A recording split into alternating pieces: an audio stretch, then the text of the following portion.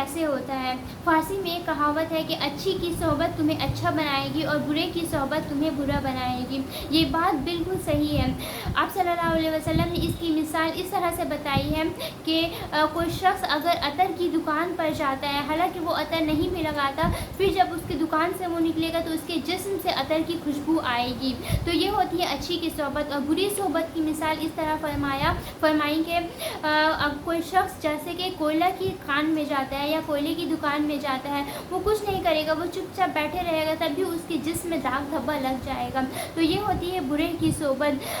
दुनिया में अल्लाह ताला ने फरमाया, हदीस से ये बात साबित है कि मरने के बाद भी सोहबत का असर इस कदर पड़ता है कि हदीस में फरमाया कि जब भी कोई शख्स मरे तो फिर उसकी कब्र किसी अच्छे के बगल में डालो, उसको किसी अच्छे के बगल में दफनाओ, क्योंकि अगर कब्र आपके बगल वाले कब्र में कोई अच्छा शख्स दफन होगा तो उसकी बरकत से आपको भी अल्लाह ताला राहत देंगे, आपके भी कब्र में सुकून होगा। अगर आपका कब्र अज़ाबों से भरा हुआ है, गुनाहों से भरा हुआ है, और आपके बगल में कोई नेक शख्स की कब्र है, तो उस कब्र की बरकत से आपकी कब्र में भी ठंडक पहुंचेगी। तो ये होती है संगत गुण असर, सेहत सोहबत का असर इस तरह से पड़ता है। हम अपने बच्चों को क्या करते हैं, पैदा करके छोड़ देते हैं, वो किसके साथ दोस्ती है, उसकी सोहबत किसके साथ है, उसका उठना बैठना किसके साथ है, इस बात का कोई ध्यान ही नहीं होता है। हज़ार लोग, आपके बच्चे हज़ार कहें कि हम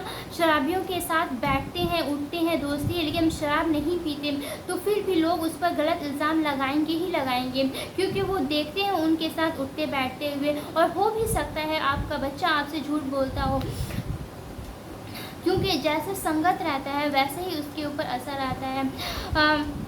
संगत इंसान को, बदकार इंसान को नेककार भी बना देता है और नेककार इंसान को भी बदकार बना देता है। तो संगत बहुत, और ज़रूरी नहीं है कि संगत सिर्फ दोस्तों की ही होती है। अगर आप घर में, अगर आपके माँ बाप बेनमाजी होंगे, नमाज का पाबंद वो लोग नहीं होंगे, तो आप अपने बच्चे को लाख कह दो कि बच्चे नमाज जाकर पढ़ो, नमाज की पाबंदी करो, तब भी आपका बच्चा नमाज नहीं पढ़ेगा, क्योंकि वो आप लोगों को देख रहा है, आपके तौर तरीक़ों को वो फॉलो कर रहा है। अगर घर में माँ बाप अगर झगड़ा लड़ाई हर वक्त करते होंगे, फिर आप अपने बच्चे की लाख अच्छी परवरिश कर दो, तभी आपका बच्चा बदमिजाज ही बनेगा, उसके दिल में कड़वाहट अचानक से ही, मतलब ऑटोमेटिक ही पैदा हो जाएगी।